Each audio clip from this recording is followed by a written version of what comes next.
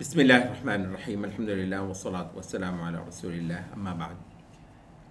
موسوعۃ فقہ القلوب، یہ سعودی عرب کے ایک عالم ہیں شیخ محمد بن ابراہیم التویجری۔ انہوں نے یہ قلوب کو جو ہے نا اللہ کے ساتھ جوڑنا، قلوب میں نرمی پیدا کرنا اور ان سے جو ہے نا وہ زنگ کو جھاڑنا، اس سے متعلقہ جو مباحث بہت سارے اہل علم کے ہاں بیان ہوئے ہیں، وہ کہتے ہیں کہ میں نے خاصی کوشش کر کے، بلکہ وہ کہتے ہیں میں نے اپنی عمر کی کوئی جو ہے نا 1/4 صدی وہ اس میں صرف کر کے نا، تو میں نے وہ مواد سارا ایک کتاب میں اکٹھا کی۔ 3000 سے اوپر صفحے ہیں اس کتاب کے، ظاہر بڑی کتاب ہے۔ تو ہم نے اس رمضان میں کوشش کی کہ اس کے کچھ چیدہ مقامات آپ کے ساتھ شیئر کریں۔ آج کی مجلس جو ہے وہ صرف جو انہوں نے اپنی کتاب کا مقدمہ لکھا ہے اسی سے ہی کچھ چیزیں شیئر کی جائیں گی آپ کے ساتھ۔ کہہ رہے ہیں کہ قلوب کی جو ضرورت ہے دنیا میں توحید کے لیے اور ایمان کو پانے کے لیے، وہ اس ضرورت سے کہیں زیادہ ہے جو ابدان کی، بدن کی ضرورت جو ہے وہ روٹی پانی سالن کے لیے ہے۔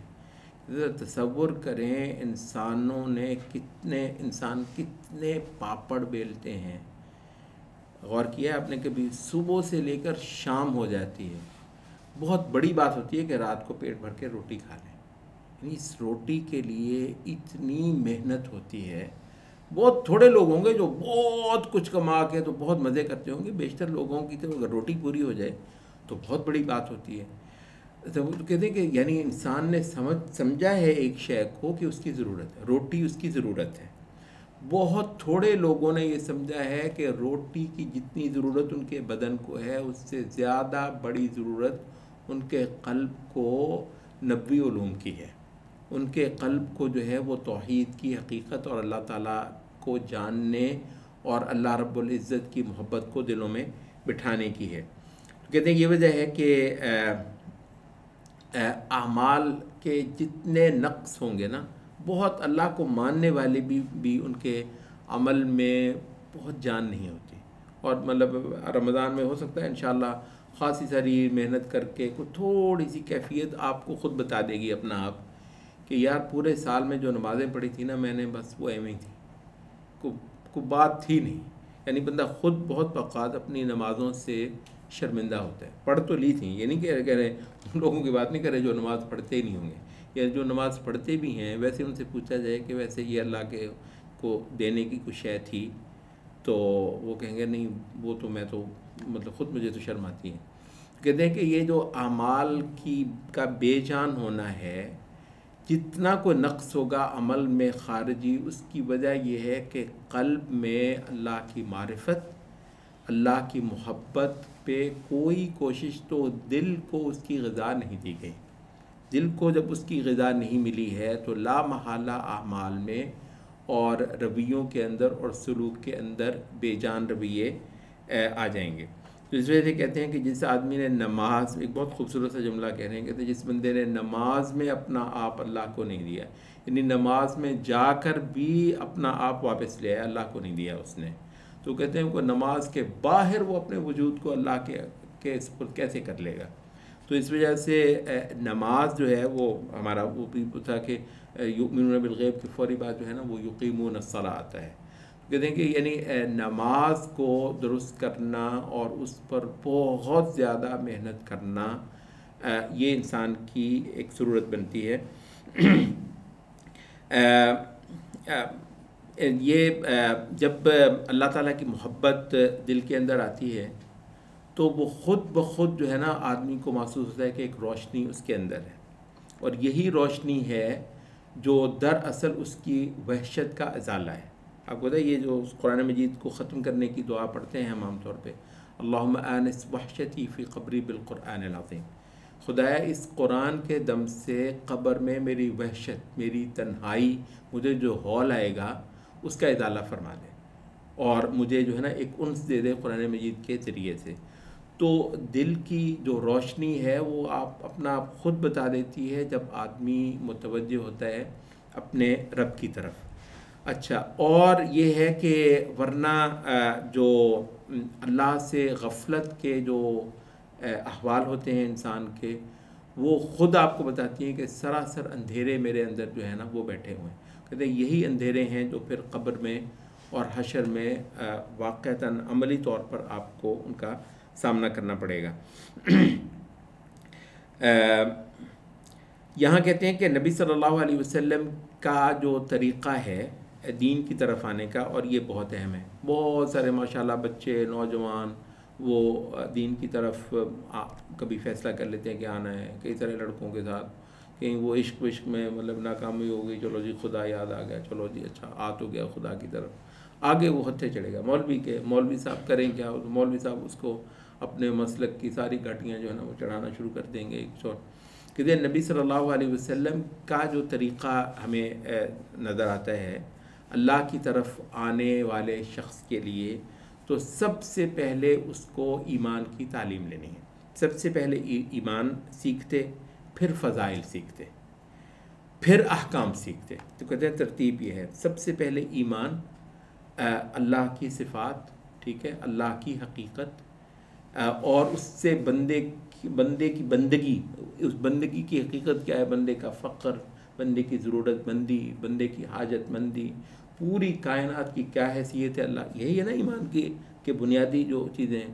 تو کہتے ہیں مطلب ایک لمبا وقت جو ہے نبی صلی اللہ علیہ وسلم کی تعلیم میں نظر آتی ہے کہ پہلے ایمان پر محنت کرواتے، ایمان پر ہوتا. یہاں پر آپ کو یاد کروا دیں، حضرت جابر بھی اور کچھ اور صحابہ سے بھی، عبداللہ ابن عمر رضی اللہ عنہ سے بھی، وہ کہتے ہیں کہ ہم نبی صلی اللہ علیہ وسلم سے پہلے ایمان سیکھتے، تعلمنا الایمان ثم تعلمنا القرآن، پھر ہم قرآن سیکھتے، فزدنا ایمانا، تو ہمارا ایمان اور بڑھتا. پہلے ہم ایمان سیکھتے، پھر ہم قرآن سیکھتے. یہ بہت اہم بات ہے. کہتے جی قرآن سے بڑھ کر، جی قرآن سے بڑھ کر پہلے ہم ایمان سیکھتے، پھر ہم قرآن سیکھتے، تو پھر ہم ایمان ہی میں اور زیادہ بڑھتے. اس کی وجہ کیا ہے؟ جس نے ایمان نہیں سیکھا اور وہ قرآن میں چلا گیا ہے، قرآن سے وہ مسئلے نکالے گا، قرآن سے وہ اپنا مسلک ثابت کرتا پھر رہا ہوگا، قرآن مجید سے وہ پتہ نہیں، اور بے شمار قرآن مجید سے بھی بہت کچھ ایسا ہے جو اصل قرآن مجید کا موضوع نہیں ہے. تو قرآن مجید پڑھ کر قرآن مجید کا مضمون بندے کو مل جائے، یہ قسمت سے ملتا ہے. تو یہ وجہ ہے کہ قرآن نبی صلی اللہ علیہ وسلم ویسے ایک باقاعدہ طور پر بندے میں اللہ رب العزت کی عبادت کا اور اس کی تعظیم کا اور اس کی بندگی کا ایک معنی جو ہے وہ انسان کے اندر بٹھاتے تھے، اس کو جوڑتے تھے خدا کے ساتھ. پھر قرآن مجید سے اس کو وہی چیزیں جگہ جگہ اس کو ہائی لائٹ خود بخود ہوتی چلی جاتی تھی. تو پھر وہ قرآن پڑھتا تھا، تو پھر وہ اس سے ایمان ہی کا اضافہ ہوتا تھا. تو ترتیب یہ ہے کہ ایمان پڑھو، پھر فضائل پڑھو. اچھا یہ بھی یہاں پر بھی اہم ہے، ابھی احکام نہیں بتائے آپ کو نا. یہ ہم فضائل پر اختلاف بھی نہیں ہے. یہ نماز کی صرف ایک سنت پہ جو 10 گھنٹے کا مناظرہ ہوتا ہے وہ احکام سے متعلق ہے نا، مسئلہ احکام سے متعلق ہے. تو کہتے ہیں احکام جو ہے نا وہ تیسرے نمبر پر ہے. پھر چوتھے نمبر پر یہ ہے کہ جو اب مطلب فضائل اور احکام کا جو علم لیا ہے، اب ان پر عمل بھی کرو، ظاہر ہے کہ اخلاص کے ساتھ، اور اس میں جو ہے وہ ان کیفیتوں کو ٹٹولو جو اے نبی صلی اللہ علیہ وسلم کی عبادت کے اندر پائی جاتی تھی. اور سنت کی اصل روح جو ہے نا وہ یہی ہے. اور اس کے بعد کہتے ہیں کہ پھر ہے کہ آدمی دوسروں کو دعوت دے. یہ بعض لوگ نا دعوت دینا اور تبلیغ کرنے کو پتہ نہیں اسلام کا شاید پہلا رکن تقریباً بنا دیتے ہیں، بلکہ حقیقت یہ ہے کہ کچھ لوگوں نے اسلامی انقلاب کو دین کا پہلا رکن بنا دیا ہے، کچھ نے تبلیغ کو اسلام کا پہلا رکن بنا دیا ہے، کچھ نے جہاد کو. یہ بات جہادی جماعتوں صبح و شام ہر وقت جو ہے نا اس کا اللہ کسی کا موضوع نہیں ہوتا ہے. اللہ، اس کی توحید اور وجود کی غایت اور انبیاء کا اصل پھڈا قوموں، یہ ایمان کا مسئلہ ہے، توحید کا مطلب وہ پیچھے چلا جاتا ہے. یہ تقریباً کسی کا موضوع نہیں ہوتا ہے. تو ہر ایک نے نا دین کے اعمال میں سے کسی نے تبلیغ اٹھا لی، کسی نے جہاد اٹھا لیا، کسی نے نماز اٹھا لی، کسی نے نماز کے بھی کچھ مسئلے اور سنتیں اٹھا لیں جس میں دوسرے مسلک جو ہے نا وہ مطلب پتہ نہیں ان کو مطلب کیا سمجھنا ہے. تو اس طریقے سے مطلب انہوں نے کر لیا ہے. تو دعوت جو ہے نا وہ بھی اس کے بعد ہے. اس کے بعد وہ کہتے ہیں کہ آپ کو یہ دیکھنا ہے کہ انسان کی جو اصل چیز ہے جو اللہ رب العزت کے ہاں قدر پاتی ہے وہ انسان کے اندر ہے کیا؟ کہتے ہیں کہ وہ انسان کی صفات ہیں. انسان اپنی صفات کے ذریعے سے صفات کی صورت میں تمام مخلوقات پر فضیلت پاتا ہے. ورنہ کہتے ہیں بے شمار مخلوقات انسان سے بہت بڑی ہیں، پہاڑ، سمندر، زمین، تارے، سورج، بہت بڑی بڑی مخلوقات ہیں، مطلب انسان تو بیچارہ بہت چھوٹا ہے. پھر یہ انسان اللہ کو کیوں زیادہ پیارا ہے، کیوں اللہ تعالیٰ، آپ ذرا یہ دیکھیں کہ کون سی چیز میں وہ ہے انسان کی صفات. کہتے ہیں انسان کی یہ جو اپنی ذات کے ساتھ انسان بڑا نہیں ہوتا، انسان اپنی صفات کے ساتھ بڑا ہوتا ہے. اور صفات اگر ہیں تو اس میں سب سے اعلیٰ زبردست چیز کیا ہے؟ وہ ہے ایمان. صفات میں سب سے بڑھ کر جو چیز ہے وہ ہے ایمان، اور پھر ایمان سے پھوٹنے والے اعمال جو کہ صالح اعمال ہوتے ہیں. تو ایمان کہاں سے بنتا ہے؟ وہ کہتے ہیں ایمان بنتا ہے علم سے. تو عقول کی غذا جو ہے وہ علم ہے، اور قلوب کی غذا ذکر ہے. عقول کی غذا علم ہے. علم سے مراد مطلب یہ نہیں ہے یہ جو لوہے پیتل کا علم ہے نا، جس کو لوگ پتہ نہیں یہ وہ سمجھتے ہیں یہ مطلب یہ ناڑیں اور یہ جو کہ جی مطلب ڈاکٹری کا علم، اس سے بڑا علم کیا ہونا ہے؟ انجینئرنگ کا علم، اس سے بڑا انجینئرنگ کا علم کیا ہے؟ مادہ کے خواص، یہی کیمسٹری، یہی کاربن اور آکسیجن. یہ سب سے بڑا علم نہیں ہے. سب سے بڑا علم کہتے ہیں وہ ہے جس میں پیدا کرنے والے کو جانا جائے. سب سے بڑا علم اللہ کا علم ہے. سب سے بڑے معلم پیغمبر ہیں کہ انہوں نے وجود پیدا ہونے کی غایت کا علم دیا. پیدا کیوں ہوئے، آئے کیوں، انسان ہوتا کیا ہے، انسان کی اصل جو ہے وہ غایت کیا ہے، یہ علوم یہ صحابہ یہ نبی انبیاء نے دی ہیں. کہتے ہیں ایسے علوم جو ہیں یہ اصل میں عقول کی غذا ہے. اور پھر ان علوم کی بنیاد پر اللہ کو یاد کرنا اور اس کی بڑائی جپنا، یہ جو ہے قلوب کی غذا ہے. اور کہتے ہیں جس وقت علم صالح اور ذکر جو ہے یہ جب ملتا ہے تو اس سے جو اعمال وجود میں آئیں گے نا، اس کا نام عبادت ہے. وہ جو ہے نا وہ اس کا جو ثمرہ ہوگا وہ عمل صالح کہلائے گا. کہتے ہیں کہ اگر ایسا نہیں ہوا تو پھر جتنا آپ کا علم ہے نا بغیر خشیت کے، اور علم جو ہے وہ بغیر اصل ایمان کے جو بنیادی اللہ کی معرفت ہے اس کے بغیر جتنا علم ہوگا وہ سارے کا سارا جدل بنے گا. جدل بلا کسے کہتے ہیں؟ مناظرہ بازی. جتنا کوئی عالم ہوگا اتنا اچھا مناظر ہوگا. جتنے کسی نے کچھ دن لگائے ہوں گے دین پڑھنے میں وہ اتنی اچھی بحثیں کر سکے گا. بحثیں کرنا، مخالف کو چپ کروا دینا، پوائنٹ مارنا، پوائنٹ سکورنگ کرنا، لوگ سمجھتے ہیں شاید دین یہ ہے. اور البتہ یہ ہے کہ اندر جھانکنا، خدا سے ڈرنا اور اللہ تعالیٰ کی عظمت کو جو ہے نا وہ دل میں بٹھانا، یہ کہتے ہیں کہ علم کا موضوع ہی نہیں رہے گا. تو البتہ اگر جب خشیت کے ساتھ علم لیا جائے گا تو وہ لازماً اللہ تعالیٰ کی تعظیم اور اس کی تکبیر، اس کی بڑائی اور اس کی تسبیح ہی انسان سے کروائے گا.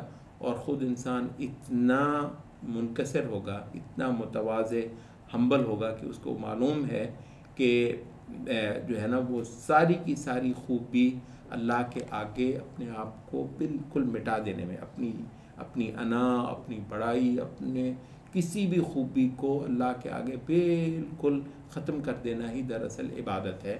اور اپنی بڑائی کو جو ہے وہ ماننا، یہ دراصل اللہ رب العزت کو نہ جاننے کی دلیل ہے.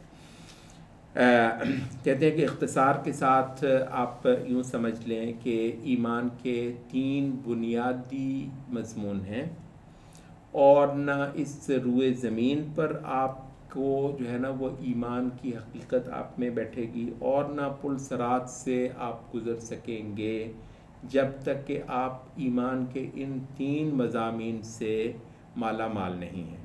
وہ کون سے ہیں؟ کہتے ہیں ایک ہے ان ترضى باللہ ربًا، اللہ کے رب ہونے پہ پوری آدمی کو جو ہے نا وہ دل کی جو ہے نا وہ دل جمی یکسوئی حاصل ہو جائے، اللہ کے رب ہونے پر، اسلام کے دین ہونے پر، اور محمد صلی اللہ علیہ وسلم کے رسول یعنی ہدایت کی آگہی کا واحد سرچشمہ ہونے پر۔ یہ تین مضمون جو ہے نا وہ ہوں گے۔